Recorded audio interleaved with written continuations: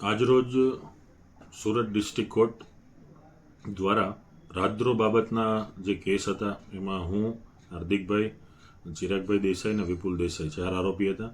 જેમાં સરકારશ્રીના જે નિર્ણય હતો કે આ કેસને પરત લેવામાં આવે એ અનુસંધાને નામદાર કોર્ટે આજે હુકમ જાહેર કર્યો છે અને સદર કેસનો વિડ્રો કરેલ છે.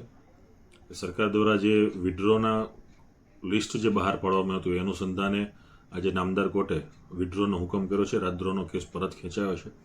આ તબક્કે સૌ સાથી મિત્રોને પણ ખૂબ ખૂબ અભિનંદન આપું છું અને સાથોસાથ સરકારશ્રીએ પણ પોતાના વાયદા અને વચનો મુજબ સમયાંતરે કેસનું જે અપડેશન લીધું છે એ તમામ જે કોઈ પણ આમાં મહેનત કરનાર મિત્રો છે અને ખાસ કરીને સરકાર વકીલ અને સાથોસાથ સરકારને પણ અભિનંદન કે સમયાંતરે કેસનું સંપૂર્ણ ઓબ્ઝર્વેશન કરી અને આજના દિવસમાં આ કેસને પરત ખેંચ્યો છે.